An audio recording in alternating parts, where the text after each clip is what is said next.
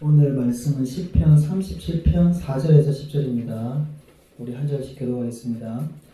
또 여호와를 기뻐하라. 그가 내 마음의 소원을 내게 이루어 주시리로다. 내 의를 빛같이 나타내시며 내 공의를 정오의 빛같이 하시리로다. 여호와 앞에 감사하고 참고 기다리라. 자기 길을 형통하며 악한 죄를 이루는 자 때문에 불평하지 말지어다. 분을 그치고 노를 버리며 불평하지 말라. 오히려 악을 만들 뿐이라. 스스로 악을 행하는 자들의 편칠 것이나 여호와를 수망하는 자들은 땅을 차지하리로다. 잠시 후에는 악인이 없어지리니 가지로 깨어 내가 그곳을 자세히 살필지라도 없으리로다. 아멘. 오늘은 여호와의 통치를 기뻐하라라는 제목으로 말씀을 전하겠습니다. 제가 설교할 때 총론을 얘기할 때가 있고 강론을 얘기할 때가 있습니다. 세부적인 주제를 얘기할 때가 있고 전체적인 어떤 방향을 잡을 때가 있습니다. 오늘 설교는 총론에 대한 이야기입니다. 총론에 대한 거라는 것은 이제 본질적인 이야기고 중요도가 굉장히 높다는 뜻입니다. 특별히 기도응답에 대해서 또 우리가 예수님 믿고 살아가지만 사는 모습이 불신자랑 비슷할 때가 많아요. 마음의 상태가 불신자랑 똑같을 때가 많고 또 신앙이 있지만 그것이 실제 삶에 적용되지 않을 때가 많고 이러한 부분에 대한 이유와 어떻게 하면 신앙이 내 삶에 실제적인 문제에 유익이 될 수 있을까? 나에게 있는 이 문제를 어떻게 하면 해결할 수 있을까? 라는 것에 관련된 주제입니다. 하나님이 전지전능하시고 능력자이신데 왜 내 삶은 이 모양이 꼴인가? 나의 마음은 여전히 왜 힘들고 나는 왜 이렇게 잘 안 풀리나? 이러한 문제들에 대한 성경적인 답이다. 이렇게 생각하시면 되겠습니다. 우리 마음속에 여러 가지 소원들이 있습니다. 아픈 사람도 있습니다. 잠시 아픈 것도 있고 또 오랜 아픔을 가지고 살아갈 때도 있습니다. 또 청년들 연애, 또 결혼하면 출산, 끝이 없이 여러 가지 문제들이 있습니다. 시댁과의 갈등, 친정과의 문제, 또 일터에서 일어나는 여러 가지 갈등들, 문제들, 어려움들, 부담감들, 느끼는 압박감들 이런 것들 속에서 많이 힘들어하며 살아갑니다. 또 마음속에 여러 가지 우리가 소원을 갖게 되고 기도의 제목들을 갖게 됩니다. 돈이 너무 힘든 경우도 있습니다. 필요한데 이게 잘 이루어지지 않을 때 재정적인 문제로 어려움을 겪는 경우도 있습니다.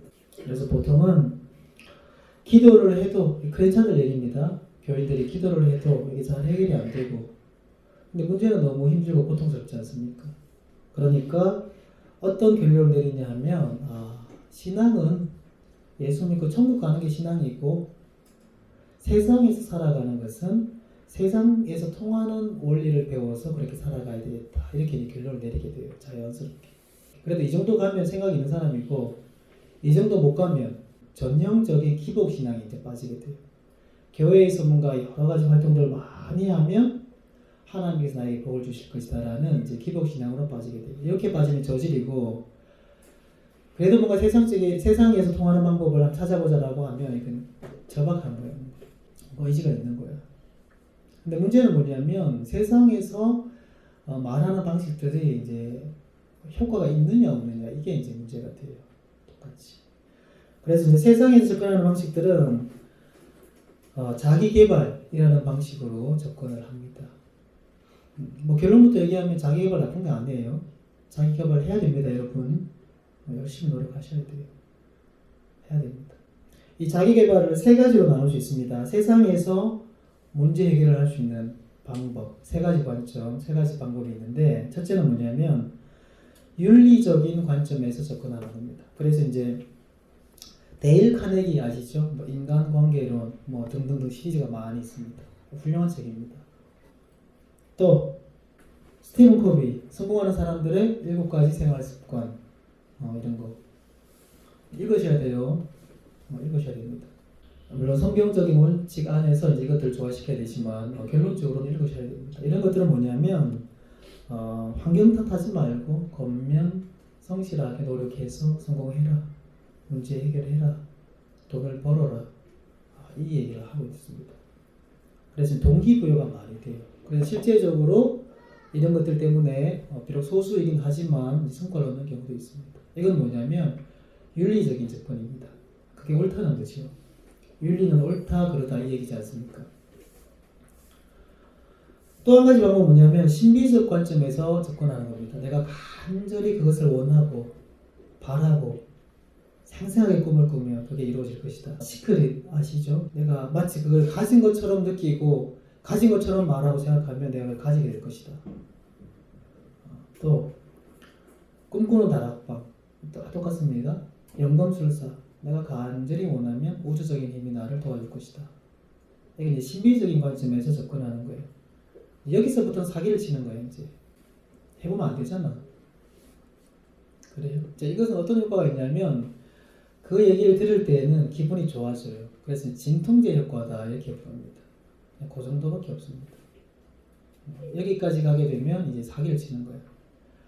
여기서 이제 이게 종교적인 관점에서도 그렇죠. 신비적인 관점이 색깔을 이제 종교로 색깔을 딱 입힙니다. 특히 기독교 색깔을 딱 입힙니다. 그러면 이제 사기꾼이 되는 거지. 이제 완전 저질이 되는 겁니다.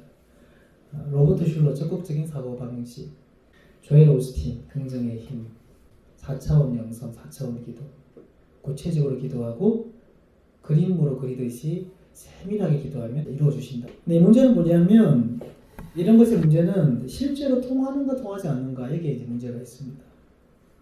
물론 시간은 걸릴 수 있습니다. 근데 자 지금 여러 가지 방법으로 수많은 사람들이 자기 개발에 매달립니다. 효과가 있습니까? 이걸 봐야 되는 거라. 물론 항상 예외적인 경우는 있습니다. 근데 이제 이러한 것이 효과가 있으려면 이러한 가르침을 따르는 주류가 이게 되어야 되는 거잖아요. 다수가 이게 된다면 그건 맞는 거예요. 항상 예외는 있기 때문에, 변수는 있기 때문에. 근데 다수가 안 된다면 그건 이상한 거지. 예외가 다수가 되는 어떤 논리가 필요하다는 거죠. 부익부 빈익빈 현상이 심화됩니까? 약화됩니까? 온 국민이 매달리는데 심화되지 않습니까? 부자 안 되잖아요. 성공 안 되잖아요. 미국에서는 마찬가지죠. 심화됩니다. 그래서 이게 이제 안 맞는 거예요. 그럼 예외적인 경우는 뭐냐면 뭔가 성공에 다른 요소가 있다는 거지. 뭔지는 모르겠지만 그렇게 이제 결론을 내릴 수가 있습니다. 또 우리나라 같은 게 중산층들이 점점 올라가고 있죠. 같은 말이죠. 부익부 빈익빈.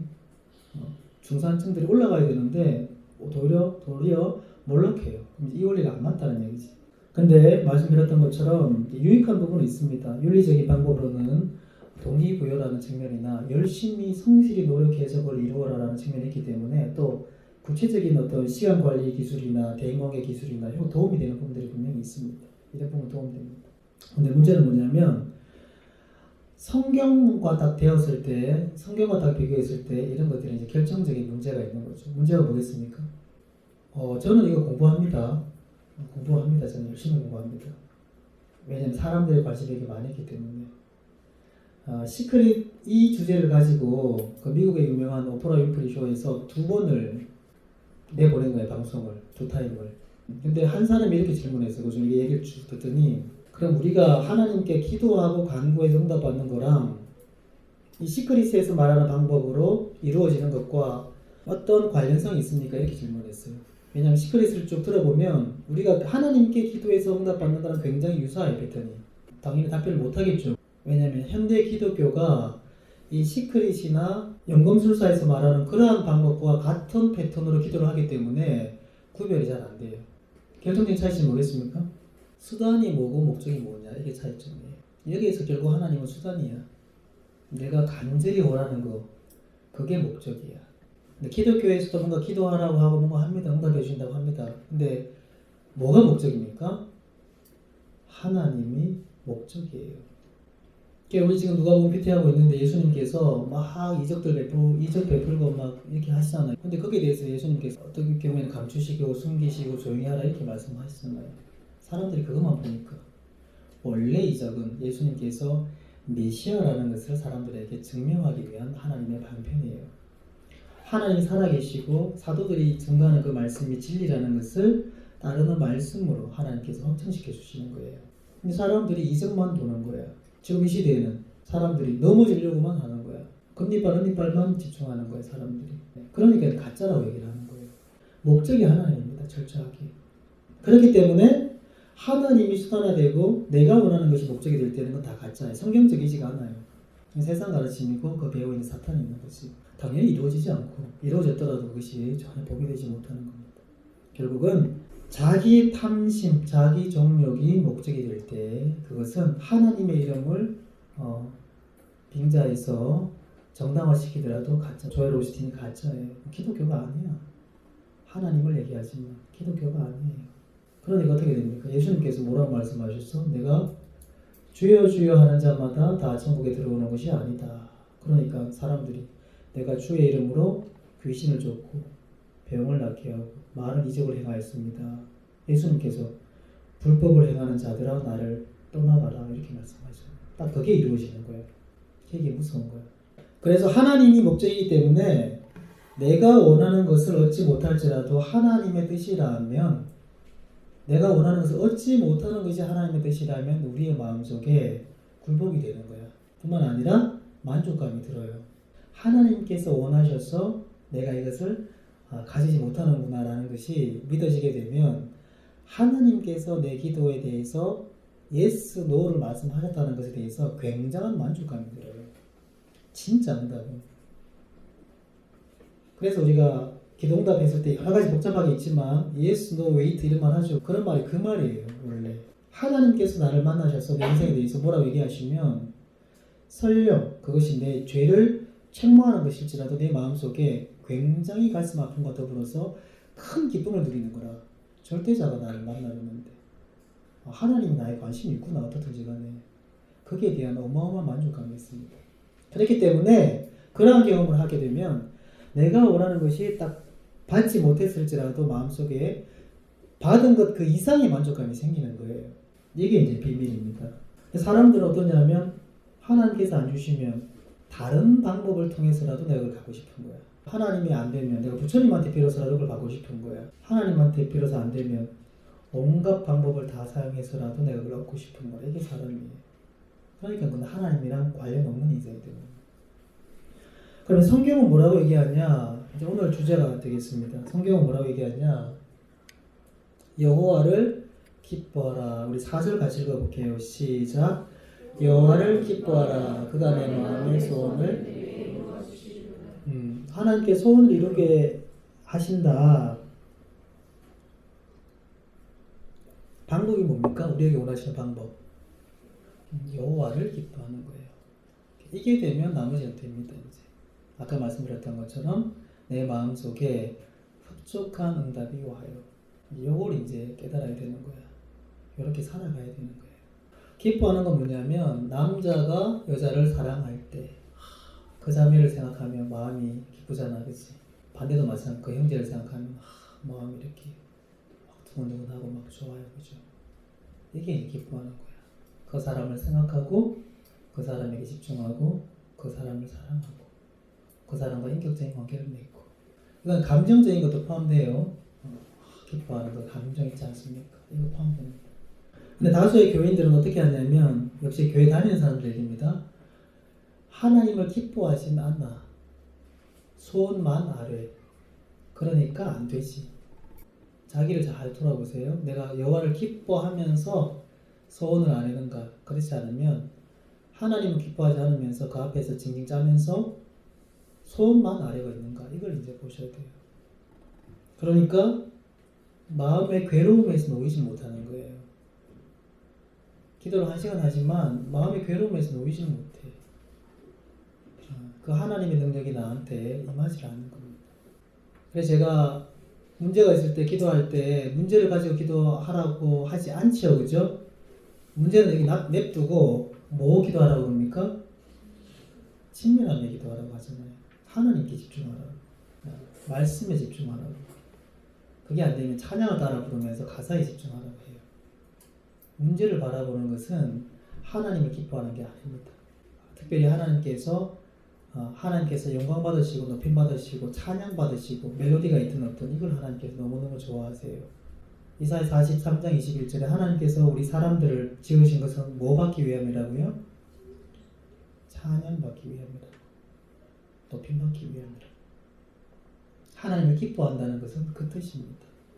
문제가 있을 때 그 앞에서 하나님 이 문제 때문에 죽을 것 같아요. 이렇게 하지 마세요. 그렇게 하지 말라니까. 어떻게 하라고요? 옆에 놔두고 하나님을 찬양하고 기뻐하고 높여드리고 하나님께서 하신 일로 말미암아서 선포하고 이렇게 한번 해보십시오. 이렇게 똑같은 말을 듣습니다. 최근에 씨 뿌리는 배우셨죠? 여기서 이제 갈리는 거야. 열매를 맺는 데까지 가는 사람이 있고 그냥 나가면서 잊어버리는 사람이 있어요. 특별히 여러분들 우리 교회부터 있다는 것은 제자도에 관심 있다는 거거든요. 그래서 전부 다 정말 이 중요한 그 원칙을 물론 지금까지 이제 되신 분들이 있습니다. 당연하게도 또 부분적으로 되신 분들이 있고 되다가 안 되다 가신 분들이 있고 아직 잘 안 되는 분들이 있고 이걸 넘어야 됩니다. 그렇지 않으면 평생 예수 믿지만 불신자랑 똑같이 힘들게 살아가는 거야. 똑같이 괴로움을 받고 살아가는 거야. 죽어서 천국 가는 건 감사한데 이 세상의 삶이 의미가 없다니까요. 지상 사명은 둘째치고 예수 믿어도 사는 게 재미가 없는데 무슨 힘이 나겠습니까? 당신도 예수 믿고 나처럼 사십시오라고 어떻게 얘기를 할 수 있겠습니까? 그러니까 이게 말이 안 나오는 거예요. 자, 여호와를 기뻐한다는 게 그럼 무슨 의미겠습니까? 여호와를 기뻐한다는 것의 핵심이 뭐냐면 하나님께서 주인 되심을 기뻐하는 거예요. 시작. 여호와께서 다스리시나니 땅은 즐거워하며 허다한 성은 기뻐할지어다. 일단은 기뻐할지어다 명령이야, 그죠? 지난주 신정론 할 때 주제 말씀했습니다. 여호와께서 통치하시기 때문에 온 땅은 허다한 성들은 거기 살아가는 사람들 얘기하는 거예요. 기뻐하라, 즐거워하라 이렇게 말씀하시는 거예요. 그래서 하나님의 통치가 임했을 때에 그 나오는 반응과 현상이 뭐냐면 기쁨과 즐거움입니다. 평안과 담대함입니다. 이게 뭐냐? 이전에 우리 전두환 시대, 노태우 시대 때 광주 사태 일어나고 난리가 났죠. 그런 사람이 통치자입니다. 백성들이 행복하겠습니까? 행복하지 못하잖아요. 근데 성경에 있는 다윗과 같은 사람이 우리의 통치자라고 생각해 보십시오. 그 밑에 있는 백성들이 행복할까요? 행복하지 않을까요? 공의로우신 예수님께서 우리의 통치자라고 생각해 보세요. 그 밑에 있는 백성들이 행복할까 행복하지 않을까? 그 얘기입니다. 이게 우리 아버지가 폭군이야. 술만 먹고 오면 때리고 문제 일으키고 힘들게 하고 우리 아버지가 정말 훌륭한 분이야. 존경스러운 분이야. 자식들 너무 사랑하고 아내를 너무 사랑하고 아끼고 그 아버지를 둔 자식의 마음이 어떨까요? 그 얘기예요. 근데 사람들은 복음을 어떻게 받아들이냐면 예수님께서 다스리십니다. 왕이십니다. 그러면 부담스러워. 왜냐하면 내가 내 마음대로 해야지 좋거든. 그래서 망하는 겁니다. 사람들이. 그래서 예수님이 왕이 되신다는 게 복음이에요. 하나님이 우리의 통치자 되신다는 게 이게 복음입니다. 이게 이제 깨달아져야 돼.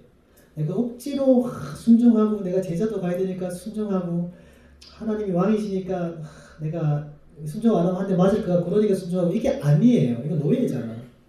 하나님께서 그 좋은 아버지 되시기 때문에 훌륭하고 존경스러운 아버지 되시기 때문에 그 자녀의 그 인생을 다 예비하시고 또 부양하시는 그 하나님 아버지 되시기 때문에 너무 기쁜 거예요. 그래서 하나님께서 아버지 되신 게 이게 복음이라. 예수님께서 주님 되신 게 복음이에요. 내가 더 이상 내가 아둥바둥 살아가지 않아도 되는 겁니다. 예수님께서 십자가에서 돌아가시고 부활하신 그 목적이 바로 이겁니다. 이게 하나님께서 통치자 되시는 게 복음이라는 게 이게 이해가 되어야 됩니다. 그럼 이제 기쁨이 나옵니다. 기쁨. 여기에서 기쁨이 나와요. 더 이상 내가 내 힘으로 내 죄로 아둥바둥 살아가지 않아도 되겠구나라는 안도감이 이제 다 와요. 이제 됐네. 이제 됐네. 그런 든든한 느낌이 딱 듭니다. 하나님께서 내 가정의 주인 되시죠. 그래서 기쁜 거예요. 그래서 하나님께서 내 일터의 주인 되십니다. 일터에 얼마나 많은 문제들이 있었습니까? 이번 주 주중에도 많은 문제들, 관계에서의 어려움들, 상사와의 갈등들, 새로운 놈을 만나서 힘든 것도 많이 있죠. 이직도 해야 되고 창업도 해야 되고 복잡해요. 그 가운데 주인이 누구십니까? 하나님이신 거라. 지금은 보통 어떠냐면 내가 다 걱정해 처음부터까지. 물론 내가 준비하고 연구해야 됩니다. 근데 여기서 갈리는 거예요. 내가 하나님을 주님으로 주인으로 인정하는 사람은 여기에서 내가 준비를 하고 열심히 하지만 내 마음속에 기쁨이 있습니다. 내 마음속에 기쁨이 없다는 것은 내가 주인이라는 것의 반증입니다. 내가 마음이 조급해. 내가 주인이에요. 내 마음이 평안해. 문제가 있지만 하나님이 주인입니다. 그러니까 딱 갈라집니다. 자기 자신을 보십시오. 이제 여러분들의 소수는 이제 이쪽이고 다수는 이제 왔다 갔다, 그러니까 됐다 안 됐다, 됐다 안 됐다 이렇게 할 거예요. 요거 넘으시면 됩니다. 넘으셔야 됩니다. 내 마음이 분주해. 막 잡았다 놨다 그죠? 분주해. 중학교 고등학교 때 막 시험 앞두고 영어책 잡았다 수학책 잡았다 이것도 해야 되고 저것도 해야 되고 할 것도 많고 그 느낌이에요. 그럼 내가 주인이에요. 그 가운데 하나님 역사 안 하신다니까. 왜? 하나님께서도 원리를 따라서 일을 하신다고 말씀드렸지 않습니까? 자연법칙을 만드신 게 하나님이시잖아요. 영적인 법칙이 있다니까. 그걸 따르셔야 돼요. 근데 하기는 자기 마음대로 하고 자기는 개판으로 하고 자기 마음대로 하고 하나님께서 도와주시라고 이렇게 얘기하면 하나님을 종삼는 거지. 그러니까 안 되는 거예요. 하나님께서 기분 나쁘신 거예요. 싫으신 거예요. 그러니까 안 되는 거예요. 그런데도 되는 경우는 예외적인 경우야. 특별한 목적이나 뭐가 있어서 이제 하는 거예요. 내 마음속에 큰 압박감이 있어. 큰 프로젝트를 앞두고 있고 큰 행사를 앞두고 있고 마음속에 큰 부담감, 압박감이 있습니다. 내가 주인인 겁니다. 그 행사의 주인이 누굽니까? 그 회사의 주인이 누굽니까? 내 일의 주인이 누굽니까? 하나님이시지 않습니까? 이게 이제 계속 악순환됩니다. 힘들고 죽겠고 회피하고 싶고 그냥 때려치고 싶고 그럼 일이 더 잘 되겠습니까? 아니면 점점 망해가겠습니까? 점점 망해가는 거예요. 안 해도 되는 실수를 하게 되는 거예요. 그 다음 거기 마음을 다 빼앗기기 때문에 내가 실제적으로 일을 해야 되는 그 시간에 일을 못하는 거예요. 시간만 질질 끌고 있는 거예요. 그러니까 어차피 이동하는 방식은 안 됩니다. 어차피. 근데 문제는 뭐냐면 사람이 이게 안 되는 거예요. 이게 하나님이 주인으로 딱 체인지가 안 되기 때문에 자기가 주인이기 때문에 현상적으로 어쩔 수 없이 이런 현상들이 계속 붙어 나와요. 그래서 내가 이렇게 안 할래 해서 되는 게 아니고 내가 나의 주인이구나 이거 회개하고 딱 돌이키고 이제 이 일에 이 문제에 주님이 주님이십니다라는 고백을 하면서 나아가야 됩니다. 빌립보 4장 7절 아무것도 같이 읽을게요. 아무것도 염려하지 말고 다만 모든 일에 기도와 간구로 너희 구할 것을 감사함으로 하나님께 아뢰라. 그리하면 모든 지각에 뛰어난 하나님의 평강이 그리스도 예수 안에서 너희 마음과 생각을 지키시리라. 이게 삶이 돼야 되잖아요. 뭐라고 말씀하십니까? 아무것도 염려하지 말라 이렇게 말씀하십니다. 근데 우리는 실제로 염려가 되는 거예요. 왜 그렇다고요? 내가 주인이기 때문에. 하나님이 통치자가 아니기 때문에. 그 말은 아직 복음이 합당한 삶을 살고 있지 않다는 얘기야. 내가 복음적으로 살고 있지 않다는 얘기예요. 그 말은. 내가 예수는 영접했지만 그러니까 내 삶에서 이게 변화가 안 되는 겁니다. 삶에서 여전히 옛사람처럼 살아가는 거예요. 왜? 옛사람처럼 내가 주인으로 살아가니까 형상적으로 옛사람처럼 살아가시는 거지. 당연한 거지. 예수 믿는데도 왜 이렇게 힘들까요? 그게 아니라 예수를 제대로 안 믿기 때문에 힘든 거라요. 내 마음속에 불안이 있습니다. 염려가 있습니다. 걱정이 있습니다. 누가 주인이라고요? 내가 주인인 거예요. 이제 나는 이게 보이지 않습니까, 여러분? 그럼 내가 최대한 위로를 하지. 그러다 내가 가끔씩 버럭할 때가 있지, 그치? 그러니까 참다 내가 더 이상 못 참는 거예요. 왜냐하면 근본적인 원인이 이거거든. 이거 안 보시고 현상 내 삶이 힘들어요, 괴로워요 그러면 이게 내가 방법이 없지. 처음에 내가 이제 위로하죠. 내가 위로 안 하고 자꾸 야단치면 양육받으러 오기 싫잖아. 그래서 위로를 하죠. 근본적인 문제는 이겁니다. 이걸 바꿔야지만 해결돼요. 그럼 내가 위로 안 해줘도 돼. 해결되는데. 여기는 내가 주인의 현상, 염려입니다. 염려, 걱정, 불안. 그럼 하나님이 주인 되었을 때 나타나는 현상은 뭡니까? 감사입니다. 감사. 하나님 주인 되시니까 주님께서 해결하시고 주님께서 책임지시고 이제 어떻습니까? 감사하잖아요. 얼마나 고마워요.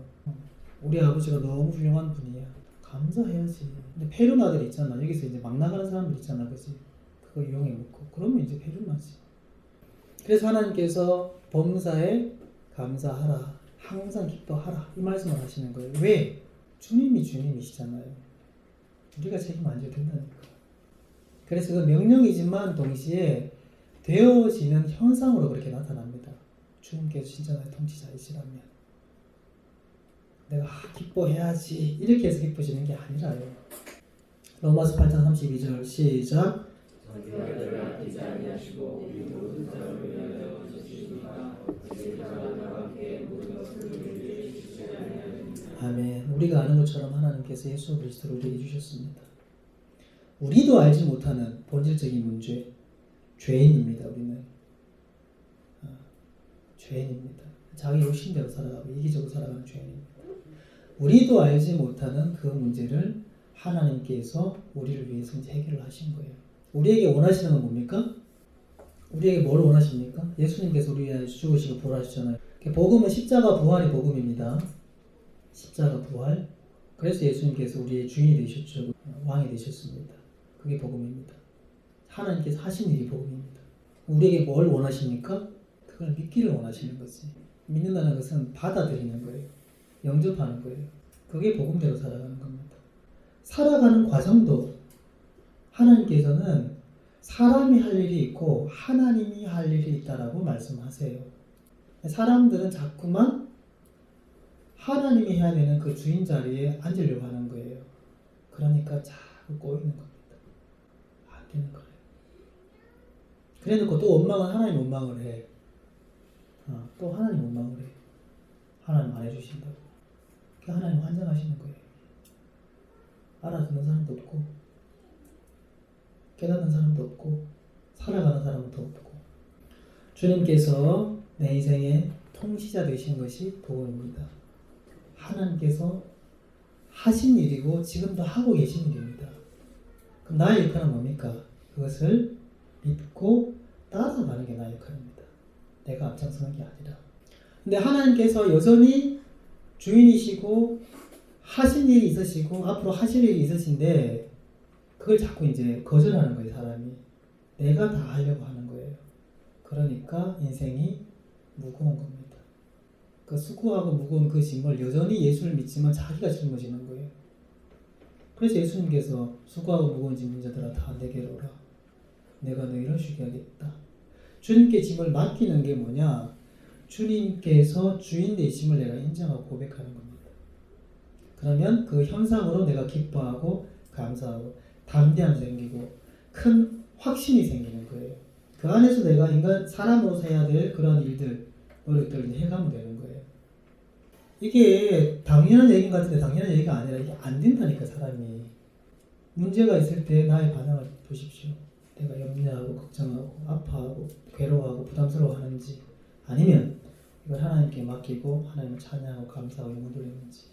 후자가 되어야지만 내가 복음대로 살아가는 거라. 우리 호투수아가 이제 3학년 5학년 됐습니다. 아빠 이제는 내 인생 내가 살래요. 그럼 그게 자립심입니까? 독립심입니까? 사람들은 그렇게 생각해요. 내가 하나님과 상관없이 신과 상관없이 내가 뜻을 세우고 이렇게 살아가면 그걸 자립심이라고 생각해요. 내가 주도적으로 인생을 살아간다고 생각해요. 아닌 거 아시겠죠? 아니라요. 철없는 거지. 자기 분수를 모르는 거지. 그러니까 망하는 거예요. 아이는 부모가 가르치고 학교에서 교육을 받고 성품과 대인관계와 이런 것들이 어른들로부터 잘 지도받고 순종하면서 따라가는 것이 그게 이제 훌륭한 아이지. 내가 내 마음대로 할래요. 이거는 자립심이 아닙니다.